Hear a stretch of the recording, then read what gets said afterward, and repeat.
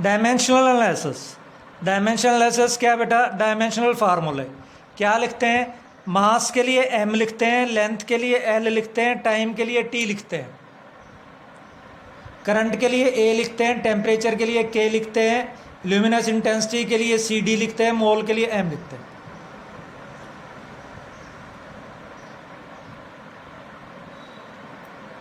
अब हमें मान लो मास का डायमेंशनल फार्मूला चाहिए, तो m के पावर 1, l के पावर 0, t की पावर 0। मास का डायमेंशनल फार्मूला ऐसा क्यों है? ऐसा इसलिए है क्योंकि मास में मास तो इन्वॉल्व हो गया, लेंथ का कोई लेना देना नहीं है, टाइम का कोई लेना देना नहीं है। इसी तरह से लेंथ की अगर मैं बात करके चलूँ तो लेंथ का डायमेंशनल फार्मूला हो गया m0 l1 t0। मास के पावर 0 क्योंकि मास का कोई लेना देना नहीं है, लेंथ के पावर 1, टाइम के पावर 0। एरिया, एरिया का dimensional formula m0 l2 t0। यहाँ पे लेंथ के डायमेंशंस कितने हो गए? 2 हो गए। ऐसा क्यों हुआ? क्योंकि एरिया में मास नहीं होता, लेंथ मल्टीप्लाइड बाय ब्रेड्थ होती है, मीटर स्क्वायर है तो l स्क्वायर आ गया। वॉल्यूम में length multiplied by breadth multiplied by height है, l क्यूब आ गया। मास नहीं है इसलिए 0, टाइम नहीं है इसलिए 0। डेंसिटी क्या होती है आपकी? डेंसिटी होती है मास पर यूनिट वॉल्यूम। तो मास का डायमेंशनल फार्मूला न्यूमिनेटर में और लेंथ का डायमेंशनल फार्मूला डिनोमिनेटर में, तो m के पावर 1, l के पावर -3, t के पावर 0। स्पीड और वेलोसिटी, स्पीड किसके बराबर होती है? स्पीड होती है बेटा डिस्टेंस अपॉन टाइम। तो डिस्टेंस अपॉन टाइम क्या है आपके पास? l upon t। डिस्टेंस आपका l, टाइम t, तो मास नहीं हुआ m0 l1 t -1। एक्सेलरेशन क्या हुआ हमारे पास? एक्सेलरेशन होता है change in velocity divided by time. तो क्या हो गया हमारे पास? m के पावर 0 l1 t -1। ये तो आपके पास स्पीड का हो गया और इसको किससे डिवाइड कर दिया हमने? टाइम से डिवाइड कर दिया। तो कितना आ गया? m0 l t -2। फोर्स का कैसे निकालो? फोर्स होता है आपका मास इंटू एक्सेलरेशन। तो क्या हो गया हमारे पास? फोर्स के डायमेंशनल फार्मूला को मास के निकालने के लिए मास के डायमेंशनल फार्मूला को एक्सेलरेशन के डायमेंशनल फार्मूला से मल्टीप्लाई कर दिया। तो मास का डायमेंशनल फार्मूला और एक्सेलरेशन का डायमेंशनल फार्मूला मल्टीप्लाई हो करके m l t -2 हो गए। वर्क क्या होता है? वर्क होता है हमारा फोर्स इंटू डिस्टेंस। तो वर्क हो गया हमारा force m l t -2 into l। तो क्या हो गया हमारे पास? m l2 t -2। Kinetic energy half mv²। Half जो है वो सिंपल हमारा कांस्टेंट है, क्या नहीं है? मेजर्ड वैल्यू नहीं है, कोई फिजिकल क्वांटिटी नहीं है। Half is not a physical quantity. Mass physical quantity है और स्पीड फिजिकल क्वांटिटी है। तो मास के डायमेंशनल फार्मूला को हमने स्पीड के डायमेंशनल फार्मूला के स्क्वायर से मल्टीप्लाई कर दिया। Pressure, force upon area. तो प्रेशर जो है हमारे पास फोर्स के डायमेंशनल फार्मूला को एरिया के डायमेंशनल फार्मूला से डिवाइड कर दिया। तो फोर्स का डायमेंशनल फार्मूला क्या है? m l t -2 और डिवाइड कर दिया उसको किससे? l स्क्वायर से। तो क्या आ गया हमारे पास? m l -1 t -2।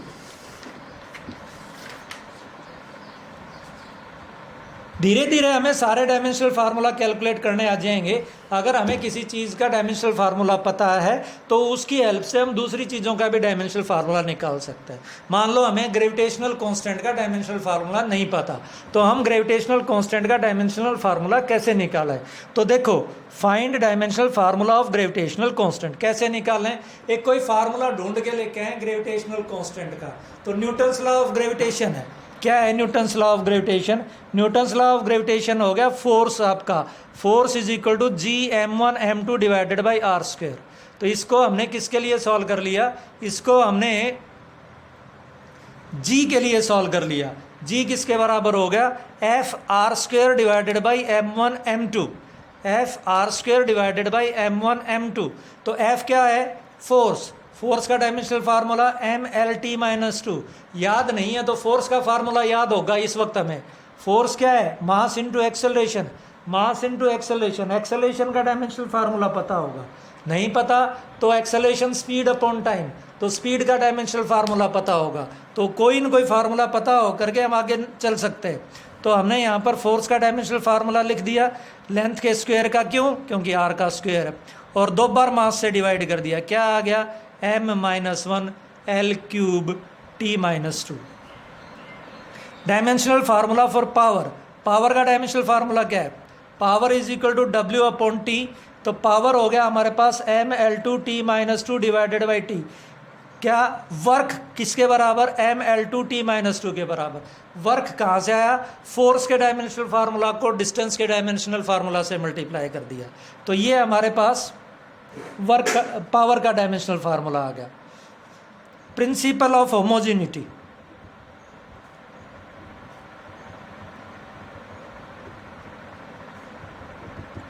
क्या कहता है principle of homogeneity? AB plus C plus D is equal to E/F। अब वो क्या कहता है प्रिंसिपल ऑफ होमोजेनिटी कि भाई A और B के मल्टीप्लिकेशन का जो डायमेंशनल फार्मूला है वही डायमेंशनल फार्मूला किसका है? C का है। वही डायमेंशनल फार्मूला किसका है? D का है। और वही डायमेंशनल फार्मूला किसका है? E/F का है। मोटी सी बात है कि physical quantities can be added और subtracted if they are of same nature, or if they are having same nature, definitely they will have identical dimensional formulae।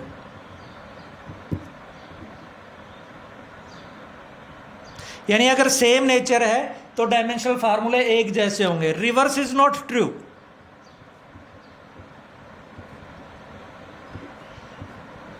Means if dimensional formulae are same,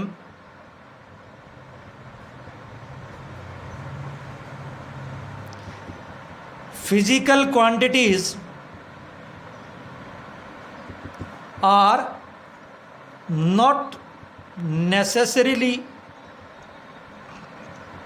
to be same। जैसे speed और velocity का dimensional formula same होता है, but उनके nature अलग अलग है। Speed अलग चीज़ है, स्केलर क्वांटिटी है। वेलोसिटी अलग चीज़ है, वेक्टर क्वांटिटी है। वर्क और काइनेटिक एनर्जी का डायमेंशनल फार्मूला सेम होता है, बट वर्क का डिफरेंट नेचर है, एनर्जी का डिफरेंट नेचर है, काइनेटिक एनर्जी का डिफरेंट नेचर है, पोटेंशियल एनर्जी का डिफरेंट नेचर है। पोटेंशियल एनर्जी का डायमेंशनल फार्मूला भी वही होता है जो काइनेटिक एनर्जी का होता है। Example, S is equal to UT plus half AT²। इसमें dimensional formula of S is equal to dimensional formula of UT, U initial velocity at time, is equal to dimensional formula of half. तो आपका numerical value है, इसका कोई dimensional formula नहीं होता। AT², इन सब का डायमेंशनल फार्मूला सेम होगा क्योंकि ये इक्वेशन ट्रू है। अगर इक्वेशन ट्रू नहीं होगी तो डायमेंशनल फार्मूले सेम नहीं होंगे। तो ये हमारे पास क्या हो गया? S का L, U का LT-1 और T का T, A का एक्सेलरेशन LT-2 और फिर T²। तो यानी ये L तीनों L आ गए तो ये इक्वेशन सही है। अगर गड़बड़ हो जाती तो आपके पास ये तीनों बराबर नहीं आते। यानी हर टर्म का डायमेंशनल फार्मूला क्या होना चाहिए? सेम होना चाहिए।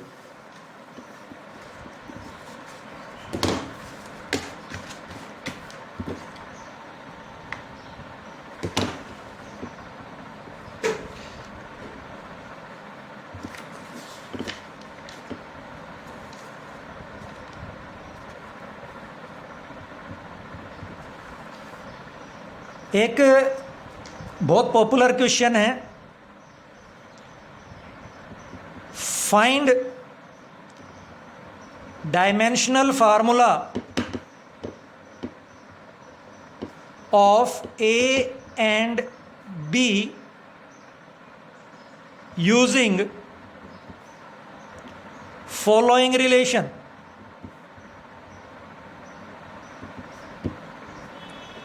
केमिस्ट्री की एक वेल नोन रिलेशन है P plus A by V square into V minus B is equal to N R T. Real gas equation है। हियर P प्रेशर है और V वॉल्यूम है। अब यहां से A का और B का डायमेंशनल फार्मूला निकालना।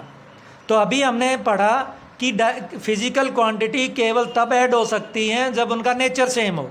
इसका क्या मतलब है? As P is added to A by V square, dimensional formula of A by V square must be equal to dimensional formula of P। यानी P में A बाई वी स्क्वेयर केवल तब add होगा जब आपके पास A बाई वी स्क्वेयर का dimensional formula P के डायमेंशनल फार्मूला के बराबर होगा।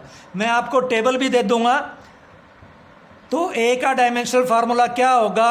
A का डायमेंशनल फार्मूला होगा प्रेशर का dimensional formula multiplied by volume का डायमेंशनल फार्मूले का स्क्वायर। तो A का डायमेंशनल फार्मूला क्या हो गया? प्रेशर का हो गया होता है ml-1 T-2। आपको भी धीरे धीरे याद हो जाएंगे, नहीं तो आप कैलकुलेट करना सीख जाएंगे।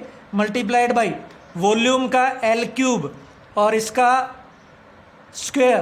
तो ये हो गया हमारे पास ml-1 T-2 L के पावर 6। तो ये हो गया हमारे पास ml पावर 5 T-2। ये A का डायमेंशनल फार्मूला आ गया। B का कैसे निकालें? अब B जो है हमारा वो V में से सब्ट्रैक्टेड है। As B is subtracted from V, so dimensional formula for B must be equal to dimensional formula for V। तो B is equal to dimensional formula for B is equal to L cube.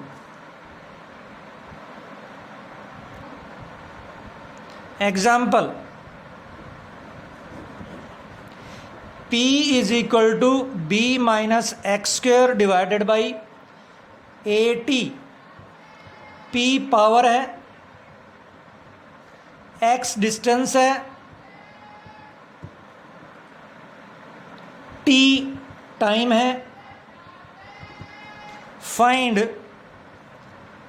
Dimensional formula of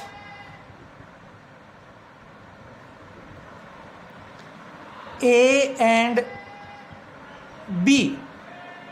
तो यहां पर solution, as x square is subtracted from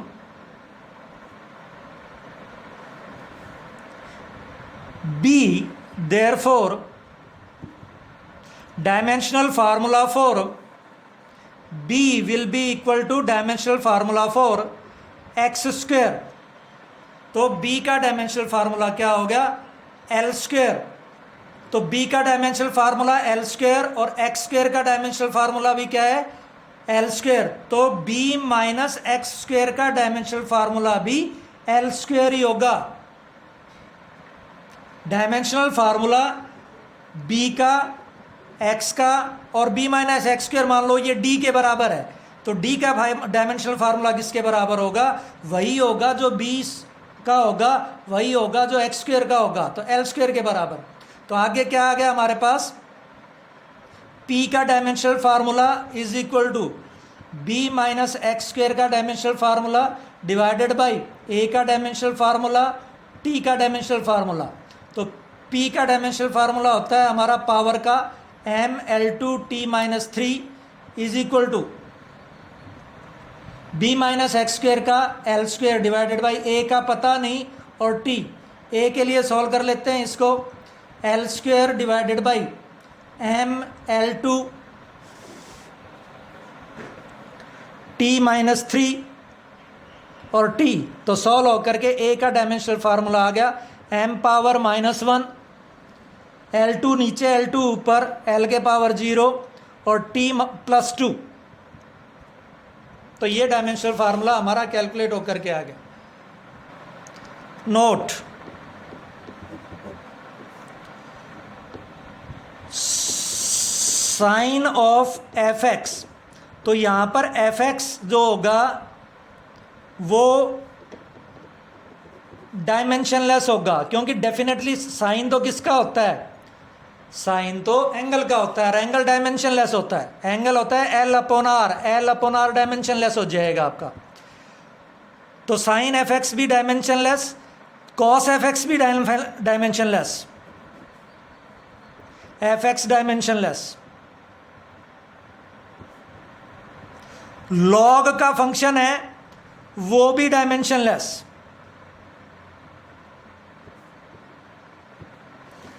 exponential का function है वो भी dimensionless. For example मैं लिखता हूं y is equal to R sine omega T minus K X. क्या होना चाहिए आपका यहां पर, वो कहता है t टाइम है, x डिस्टेंस है, r भी डिस्टेंस है, तो y ओमेगा और t के what are dimensional formula,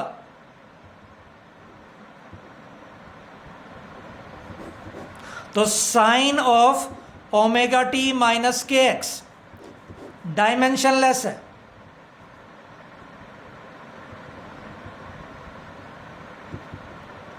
sign of omega T minus K X क्या है, डायमेंशनलेस है। तो क्या हो गया, ये तो डायमेंशनलेस हो गया हमारा, तो y का डायमेंशनल फार्मूला वही हो गया जो r का डायमेंशनल फार्मूला है, तो यानी y का डायमेंशनल फार्मूला किसके बराबर, l के बराबर। आगे omega T minus K x, ये भी डायमेंशनलेस है,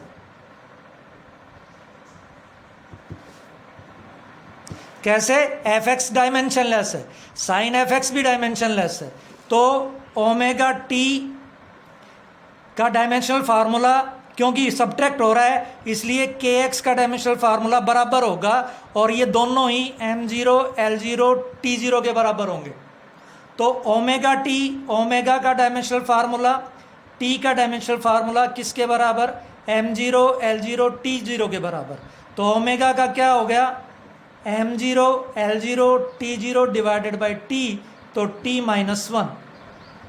इसी तरह से के एक्स का डायमेंशनल फार्मूला किसके बराबर, M zero L zero T zero, K का डायमेंशनल फार्मूला एक्स क्या है, डिस्टेंस, डिस्टेंस का डायमेंशनल फार्मूला एल, तो क्या हो गया ये M zero L zero T zero, तो के का डायमेंशनल फार्मूला हो गया M zero L minus one T zero. एक और एग्जाम्पल करते हैं, म्यू जो है A plus B by lambda square, mu refractive index है,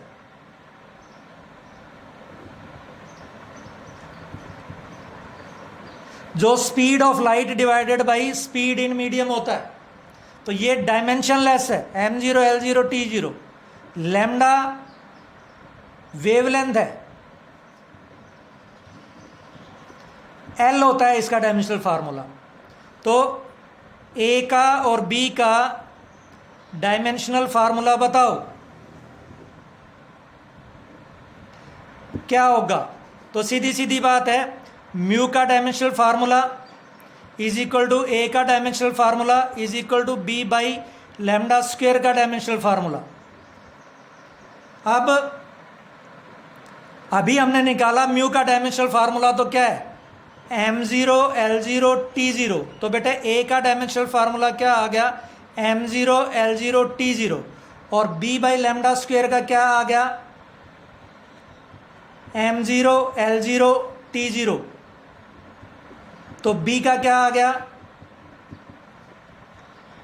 लेमडा स्क्वेयर के डायमेंशनल फार्मूला के बराबर, यानी एल स्क्वेयर के बराबर। तो इस तरह से आप करो, जो असाइनमेंट दे रहा हूँ और मैं साथ में दे रहा हूँ आपको टेबल किस चीज़ की, डायमेंशनल फार्मूला की, वो आप अपनी कॉपी पे नोट कर लें।